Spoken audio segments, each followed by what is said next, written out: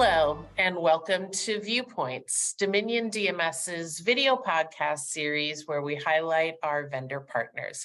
I'm Sharon Kitzman, president of Dominion DMS, and with us today, we have Mark Allen, who is the president of AutoApp. Mark, welcome. Hey, thank you. Thanks, Sharon. It's a pleasure to be here. Absolutely. Before we get into some deeper questions, maybe you could tell us a little bit about yourself and your company, AutoApp. Sure. So I'm from Detroit. I was born in Detroit and I've lived in Southeast Michigan my entire life. So it's kind of natural that I ended up working in automotive. Many people here do. I've been actually in automotive my entire career. So I started working with a dealership many moons ago.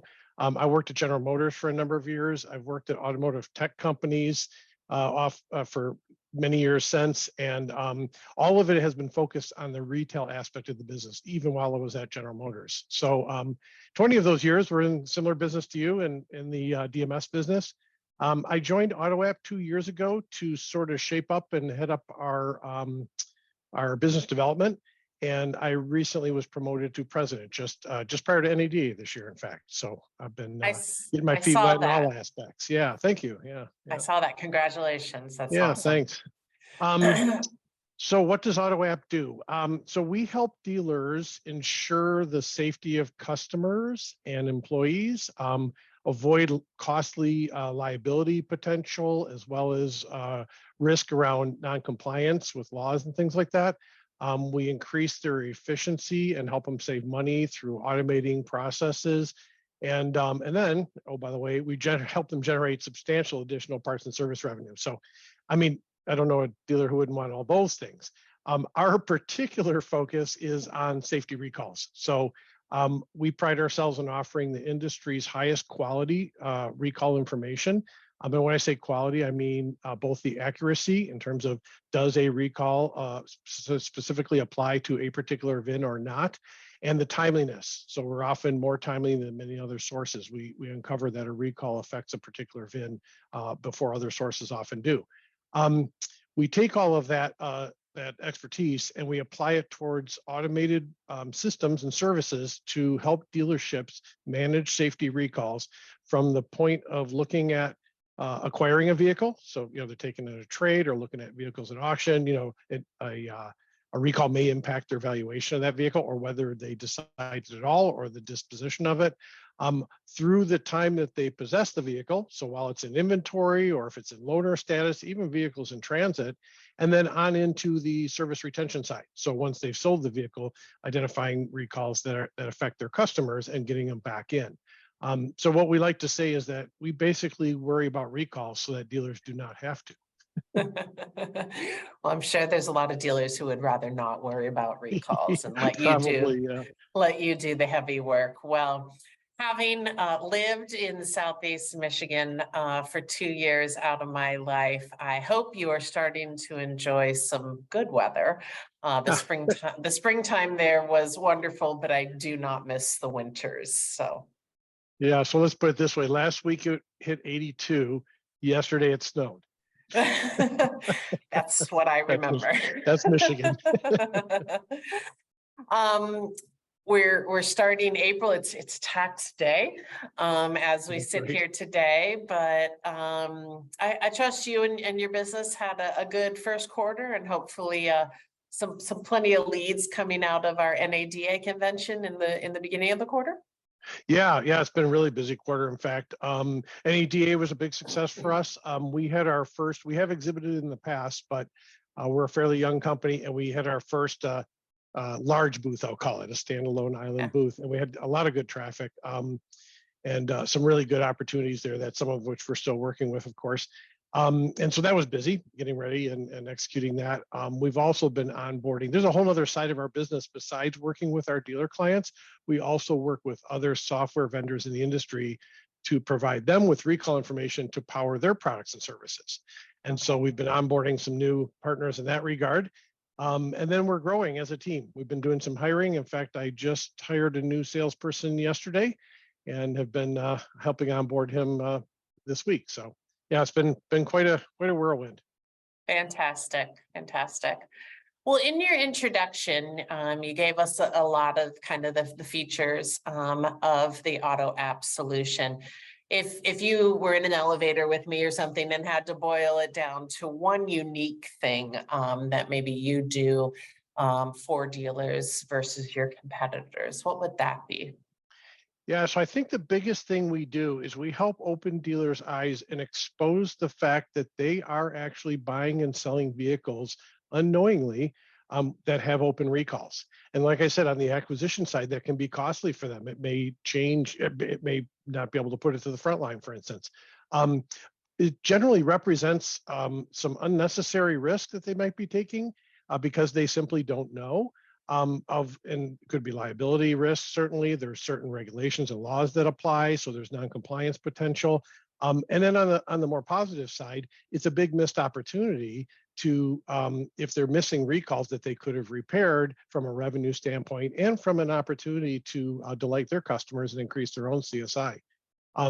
So the primary component of what we do, the value equation we bring, is all of those benefits that I described earlier. We do it through this automation that I mentioned. So we monitor recalls of vehicles all day, every day from multiple sources, and we figure out when there are discrepancies between different sources, what is the correct answer. And that can be a tough one. We find that around 15% of the time, if you check a vehicle and for VINs, or sorry, for recalls, either on one site or another site or on a vehicle history report, you get a different answer. So now what? Which one is correct? So we basically built technology to resolve that and help dealers just determine that without having to do it themselves. Because quite frankly, most dealerships don't spend enough time on doing things like that. If you try and do it manually, if you tried to manually check every vehicle every day from multiple sources and then resolve any discrepancies you find, it would just be too onerous. So it just doesn't get done. And so we expose that and help dealers turn that not knowing into knowing, which reduces that risk and increases that opportunity for revenue and customer satisfaction. So that's what we do. Excellent. Yeah, I can't imagine being the consumer purchasing or leasing a new vehicle only to find that it has an open recall and I have to go back to the dealership. I can imagine how annoying that would be. Right, exactly. Yeah. And with the volume of recalls these days, I mean, I don't have to, if you just read any industry press, it's there every day, millions and millions of vehicles. It's been I think 2021 was the record number of recalls. Last year was second. So wow, it's been I guess more complicated vehicles require a few more recalls maybe. Yeah, that's exactly right. Yep. So you were just talking about how you yourself also have partner relationships with other software providers or solution providers in the market. I'm regularly amazed by the number of solution providers that are serving the auto industry. And if you're a dealer, right, trying to navigate that, who do I choose? Which ones work together? It's complicated. But as Dominion DMS, you're our partner along with many other software providers. Not only is it complicated, we want to make it more efficient. So if you think about the integration that exists between our two companies or potential future integrations that could exist, are there any things that pop into your mind of things that I could do better and that my team could do differently in order to maybe improve workflow or efficiencies between our two platforms for our common client, the dealer? Yeah, sure. Like I said, I was in the DMS business for a long time, so kind of know how that works. I think as the collective technology partners, like you said, with the hundreds of them on the show floor at NADA, I'd hate to be a dealer trying to navigate that themselves. But I see us as having sort of a responsibility to the industry to collectively help the dealers increase awareness of where solutions are needed. Like I described with our recalls, they often don't realize that they are missing recalls, right? So how do we help them increase their awareness? Put a spotlight on where process breakdowns could occur, where automation and technology can help improve their operations. In the case of recalls, as I mentioned, a lot of dealerships have sort of a misplaced sense of complacency. They think they have a process, but because they don't realize the issues I described earlier with the accuracy and timeliness of various other sources they may be using, or the fact that their processes, they may not have a real process, or if they do, they might be inadequate or reliant on individuals who are busy doing other things.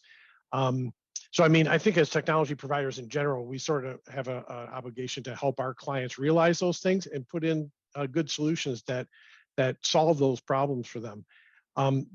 DMS specifically, it's sort of the center of the stack is the way I look at it. Like it's the hub that pulls everything together, the glue that binds all these different sort of technologies. So I think we've got a good process in place now for the core services we provide to dealers.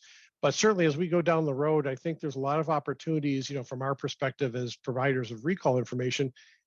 In addition to the services that we provide ourselves to dealers, there could be opportunities to integrate or provide information about recalls within other parts of the DMS that make sense, in the service lane, for instance, or in inventory management and things like that. So I think there's some things we could probably talk about down the road that would further improve the processes for dealers, in this particular space that we're in with recalls. Yeah, kind of the information when they need it, where they need it. Yeah, exactly. Yeah. Okay, great. Aside from, you said 2021 and 2022 being record years for recalls, this industry that we're in is constantly evolving.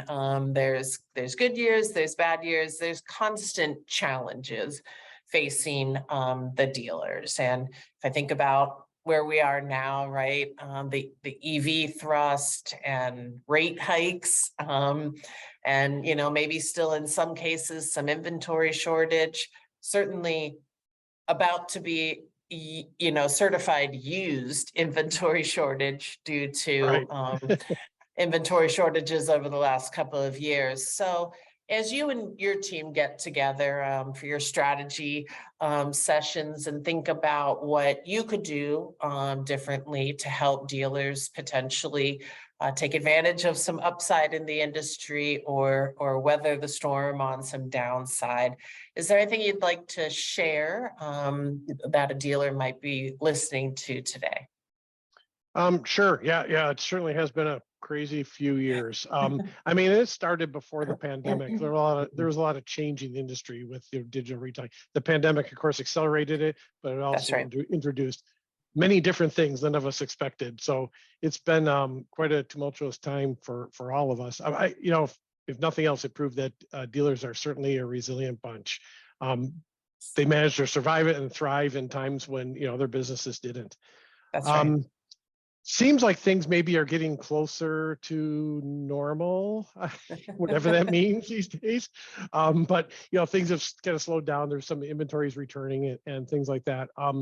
We, from a recalls perspective, we sort of look at it as being, I'll call it recession proof, right? In that, in good times and bad, recalls need to be looked after, regardless of other market forces, and they represent an opportunity for continuous good fixed ops revenue that can help plug the holes when times are tough and sales are slow, and help fill the coffers when they're good. So I think it's a great way to not only smooth out and grow revenue from a dealer's perspective, avoid liability and the things I mentioned earlier. But an often overlooked thing is that it's a really great way to engage with customers when you're having uncertain times like this. Reaching out to a customer to say, hey, we're looking after your safety because there's a recall that could affect you and your family's safety in that vehicle. Let's get it in and get it fixed, no cost to you. They look at that as being a very positive thing for them. And it's a lot more engaging for a customer for you to reach out and tell them that you're looking after their safety than to send a birthday card. Or greeting or what have you, right? It's a great way to engage with your customers. They feel like you have their best interests at heart. And that goes all the way back even into the sales process when you're selling, being really open and transparent about recalls that may or may not affect this vehicle, disclosing them if they do, fixing them if you're able to. and that kind of thing. So I think it's a great tool for dealers to use regardless of all the other changes in the industry to sort of strengthen their client relationships with their own customers. And then, like I said, of course, all the revenue and profit generation that it brings as well. Well, that sounds like the perfect solution to me, recession proof. Yeah. Although I don't mind. Hopefully I'm not saying we're going into a recession either. Although I don't mind being the glue that holds everything together as well. That feels pretty good also. Yeah. If as you think of dealers who might be listening to or watching our podcast today, and they want to hear more about what AutoApp has to offer, is there any advice for them as to how to start a conversation with you, possibly start a sales cycle, maybe with your new salesperson that you're on board? Yeah, there you go. Yeah, sure. I think the first thing is to sort of step back and get a little introspective. I know that, recalls aren't the sexy end of the business that everybody likes to talk about, right? But it's sort of it's out there. It's not going away. It's a huge component in our industry now. And so step back and look at your processes with a critical eye. Do you really have it locked down? Are you catching every recall that you could and looking after your customers, your own employees, in terms of when they're out in demos and things like that, as well as capitalizing on all those opportunities I mentioned and avoiding the liability. So it starts with kind of looking inward. We actually provide a lot of free resources that dealers can use to do that very thing. So we'll help them with things like, do you have an official recall process? And if they ask us, we have a template that they can use to start with. We're not attorneys, so we ask that they review it with their state associations and their own attorneys, but it's a good starting point. We have some industry studies that we can make available to them. We have an assessment that they can take for free online, and it helps them assess how well their processes are actually covering themselves and where we have a safety liability recall liability score. So we sort of score them and say, here's where you are in a sort of red, green, yellow thing. So those are some tools to start with. Like, first, take a look at yourself and say, realize that there is a need for managing recalls at a more granular level, and try not to ignore them. Again, it's not the sexy end of the business. It's not, it's not selling another vehicle, but it is important, and it's a large opportunity, but it can also be a double-edged sword.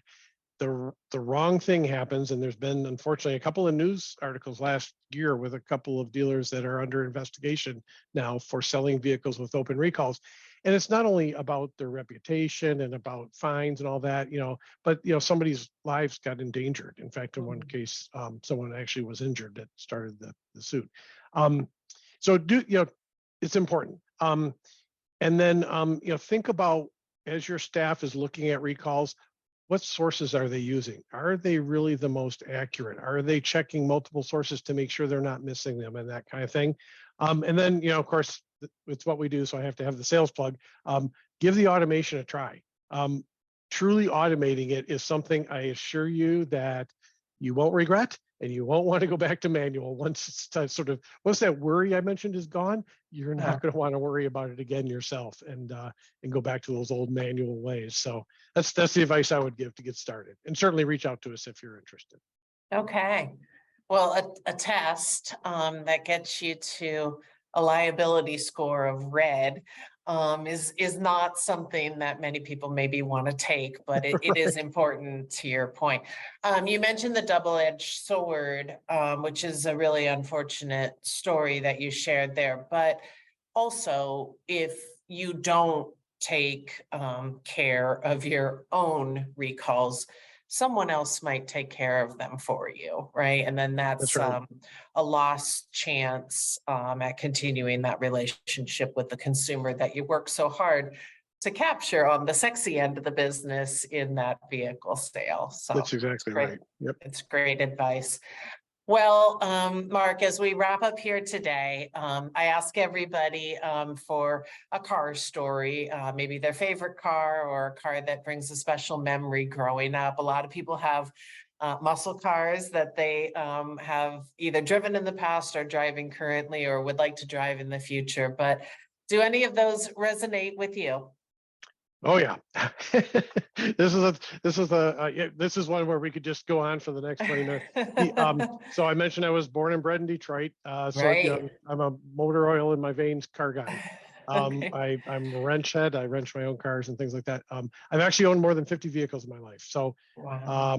that includes the kid haulers and grocery getters, but also a lot of fun cars and several muscle cars. Um, if I really had to narrow it down, I'm focused on muscle cars. I've always had a big affinity for Pontiacs and Mopars in particular. Um, and I've had several of each. The I can't choose one. I can't say that there's a favorite, but I will say two of my very favorites are a '68 Firebird 400 and a '70 Dodge Super Bee. Prefer convertibles in both. I've owned the first one. I have yet to own the second one. So maybe, who knows? All right. Well, I love convertibles as well. I haven't had either of those two models, but I've had, I think, 12 different convertibles. And living here in southern Florida, I get much more use for my convertibles than when I lived in the Detroit area. I have a But convertible right now in my garage that's with a cover on, sitting on blocks. So yeah, I understand. Well, Mark, I really appreciate your time today. It was wonderful hearing about your background, which is very similar to mine, which is great, as well as more information about AutoApp. And I'm sure that our dealers appreciate that as well. Thank you for your time. thank you. It was a great opportunity. I appreciate it. Excellent.